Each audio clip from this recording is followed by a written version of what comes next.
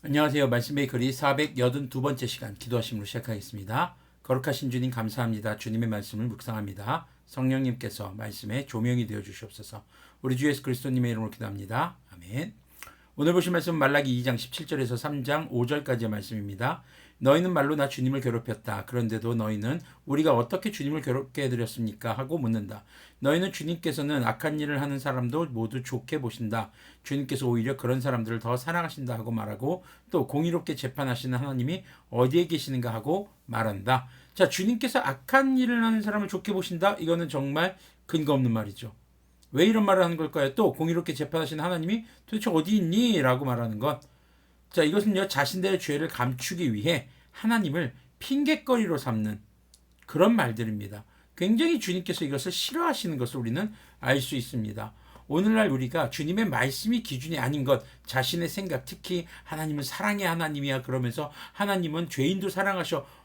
죄인을 사랑하시기 때문에 죄의 용서의 길, 바로 회개의 길을 열어주신 것이지 죄인 자체를 사랑하는 것은 아니거든요. 네, 우리가 하나님에 대해서 올바로 알지 못하고 또 올바로 전하지 못하는 말들을 굉장히 조심해야 하고 또 자신의 죄를 합리화하거나 자신이 회개하지 않는 상태에 자신이 악한 일을 하는 것을 하나님을 핑계 삼는 것은 굉장히 하나님께서 싫어하시는 것이라는 걸 우리가 기억해야 되겠습니다. 다음 3장 1절부터 보면요. 내가 나의 특사를 보내겠다. 그가 나의 갈 길을 닦을 것이다. 너희가 오랫동안 기다린 주님께서 문득 자기의 궁궐에 이를 것이다. 너희가 오랫동안 기다린 그 언약의 특사가 이를 것이다. 나 만군의 주님이 말한다.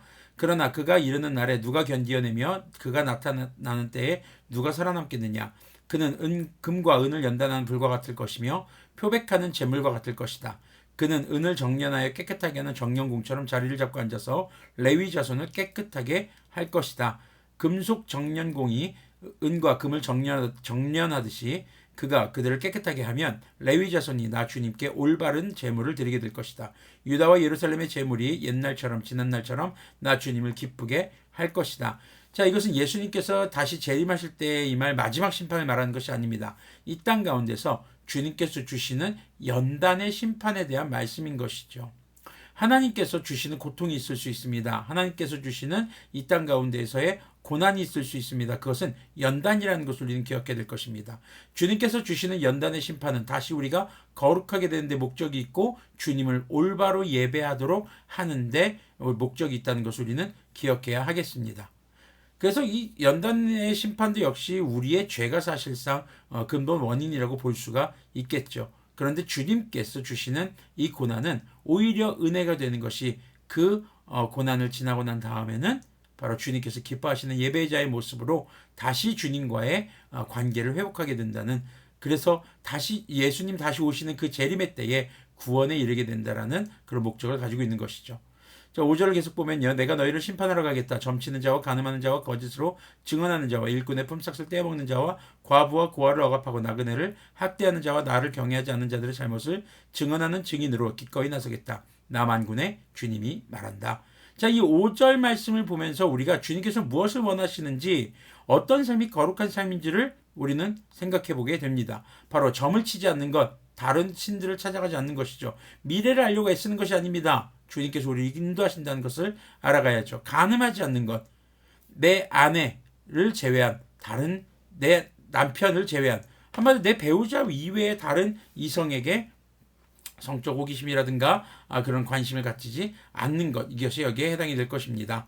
예수님께서는 생각으로 음란한 생각을 하기만 해도 가늠한 것이라고 하셨거든요. 자, 거짓으로 증언하지 않는 것, 자신의 이익을 위해서 다른 사람을 불리하게 해서는 안 될 것입니다. 일꾼의 품삯을 떼어먹지 않는 것. 자, 떼어먹지 않는다는 건 뭡니까? 정당한 임금을 지불해야 하는 것입니다. 그래서 돈이 있는 자들, 또 경영주라든가 또 여러분들이 뭐 내가 사장도 아니고 저는 회장도 아닌데요. 여러분들이 어디 가서 물건을 살 때도 돈을 지불합니다. 역시 그런 지불해야 될 돈을 떼먹지 않는 것도 여기에 해당이 될 것입니다. 또 과부와 고아와 나그네를 선대하는 것, 바로 사회적 약자들을 돌볼 줄 아는 삶이 주님께서 원하시는, 바로 기뻐하시는 삶이라는 것을 우리는 기억해야 하겠습니다. 우리가 신앙생활을 하면서 하나님의 심판이 보이지 않고 아직 언제 올지 모른다는, 또 신앙생활을 하면서 자신의 이익에 눈이 멀고 자신의 기호에 눈이 멀어서 자신의 죄악된 행동을 합리화하는 말들, 하나님을 핑계거리를 삼는 말들, 우리는 이것을 경계해야 할 것입니다. 그리고 이 땅 가운데서 믿음의 연단의 과정이 있을 수 있습니다. 그때 우리의 삶을 돌아보며 우리가 주님 앞에 다시 욥이 고백했던 것처럼 정금과 같이 나아갈 수 있는, 그렇게 주님을 온전히 예배할 수 있는 그런 우리들의 모습이 되기를 소망합니다. 그리고 마지막 5절을 다시 한번 여러분들이 되돌아보시면서 이 땅 가운데서 거룩함은 단순히 예배에만 참여하는 것이 아니라 예배자의 삶은 하나님의 말씀을 따라서 정의를 실현하는 삶인 것을 기억했으면 좋겠습니다. 기도하겠습니다. 거룩하신 주님 감사합니다. 주님께서 주시는 연단의 심판, 그 고난 속에서 우리가 주님을 예배하는 길을 찾으며 우리의 예배가 온전해지기를 간절히 소망합니다. 아버지요, 가장 좋은 것은 우리가 주님 앞에 죄를 짓지 않는 것입니다. 그러나 혹 우리가 죄를 짓더라도 우리를 그냥 그대로 버려두지 마시고 주님의 연단의 그 고난을 통해서 우리가 다시 주님 앞에 정금과 같이 나아갈 수 있도록 긍휼을 베풀어 주시옵소서. 예배에 참석하는 그것으로만 신앙생활을 다했다는 생각에서 벗어나게 해주시고 우리의 삶이 늘 주님의 말씀을 따라 정의를 실현하는 삶이 되도록 인도하여 주시옵소서. 우리 주 예수 그리스도님의 이름으로 기도합니다. 아멘.